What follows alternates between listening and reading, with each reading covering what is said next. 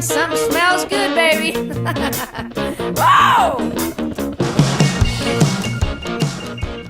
The basic recipe for risotto has been around hundreds of years, which is actually one of the things I like, is that I know that what I'm doing has been done by thousands and thousands and thousands of women for hundreds of years.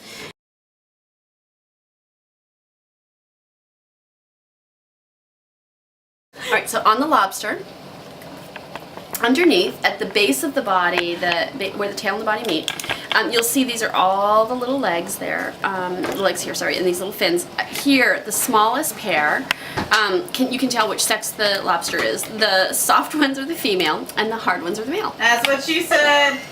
Well, I don't know if it's really hypnotized, but you can get them to calm down, because she's a little feisty, but you can get her to calm down by you just stroke here, and you can actually get them in quite a calm state. And Works for a lot of different women. Ready to put her in a tub of boiling water and wine, it's a good thing to calm her down.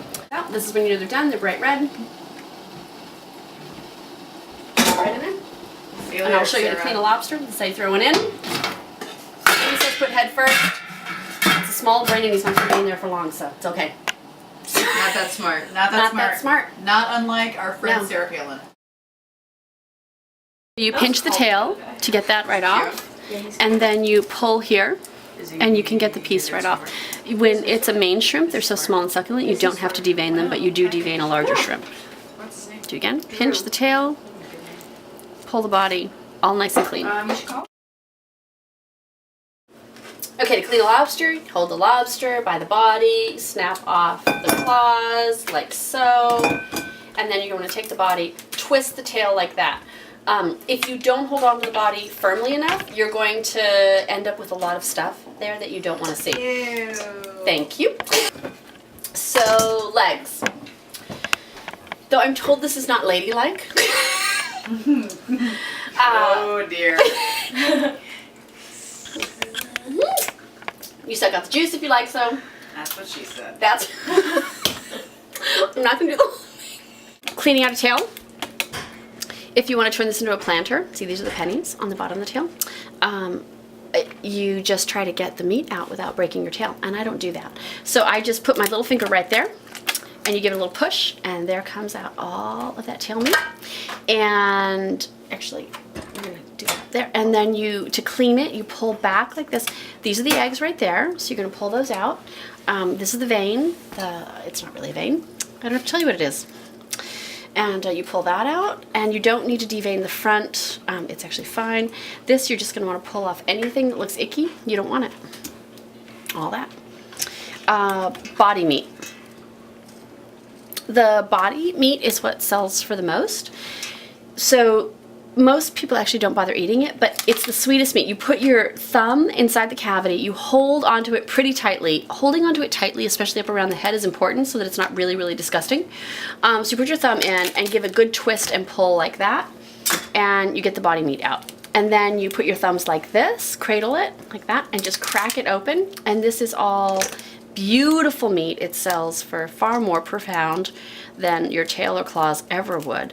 And you just pull it out like that. It's very, very sweet. It's the most tender meat. Quite lovely. So there, you see it just comes right out of all those crevices like that.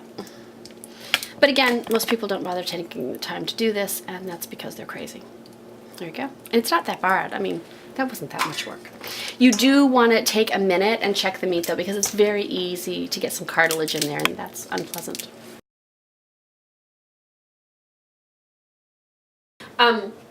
But the key is that your stock has to be hot to begin. You cannot add cold stock to it. So that's heating back here, and I have a fish stock that I made with the lobster shells from a prior meal. So this pot is very hot. You begin by adding olive oil,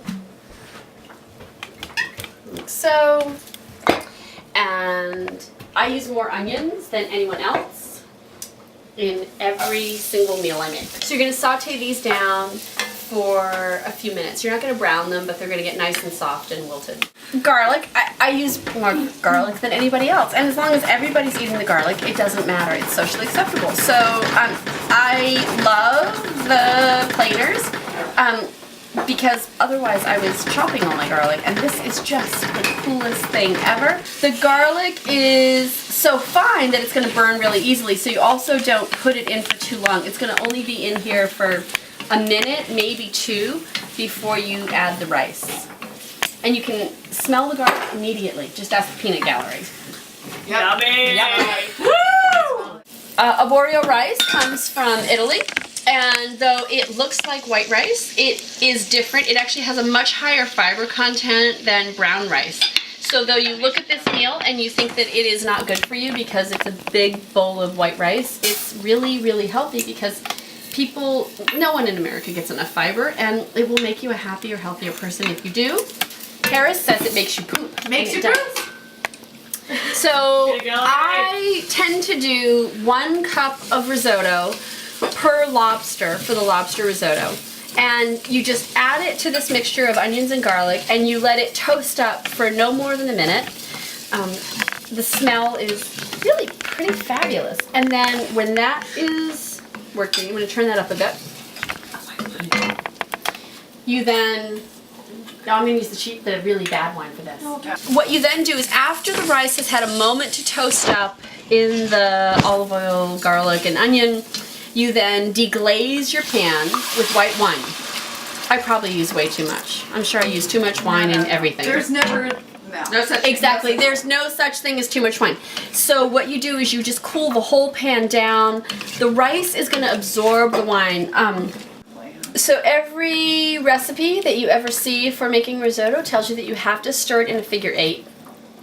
I have never heard anyone give a coherent explanation for why you have to stir it in a figure 8, but I know that every recipe states that you have to stir it in a figure 8.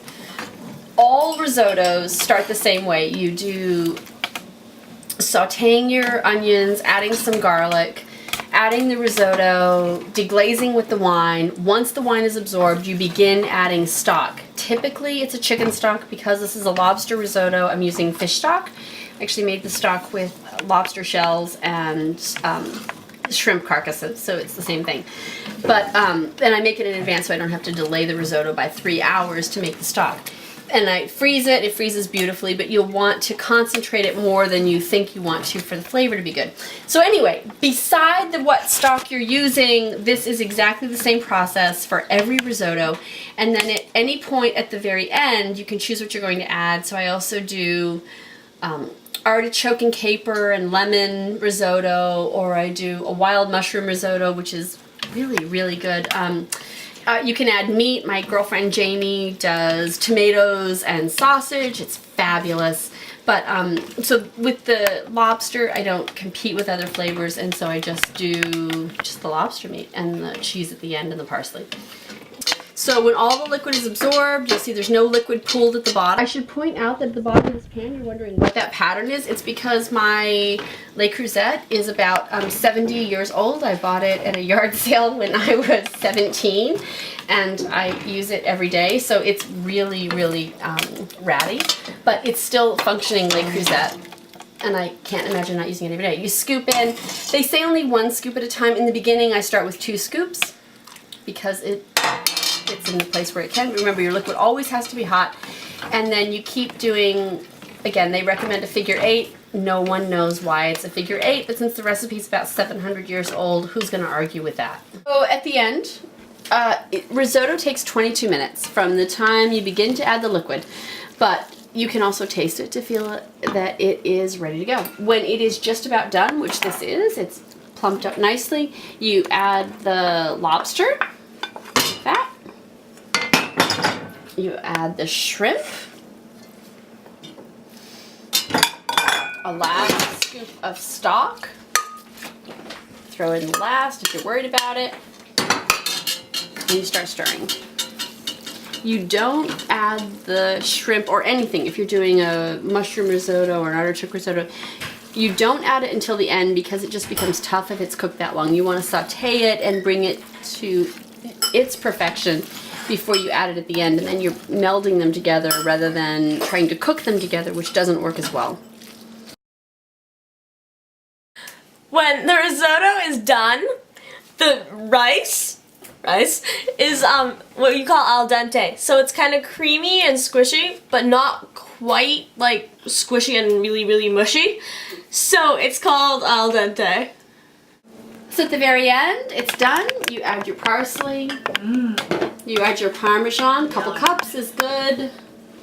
And you glaze it at the end with butter. There's very little butter. It feels like a butter and cream meal, but there's very little at the end. It's really all of the risotto rice itself coming out. You stir this in, and you're done. I recommend serving it with a beautiful salad, but and if you get a little bit of stringy things happening as you see, then you know you have enough cheese in it. That's your risotto. Okay, so what were we talking about that was more interesting? Forgot. Oh, damn it. Tell you what, I'm down and working at my job, but I just can't concentrate. You're making notes, right? Yep. Garlic, onions, olive oil. That's all you need in this world. Everything is better. A glass of wine doesn't hurt.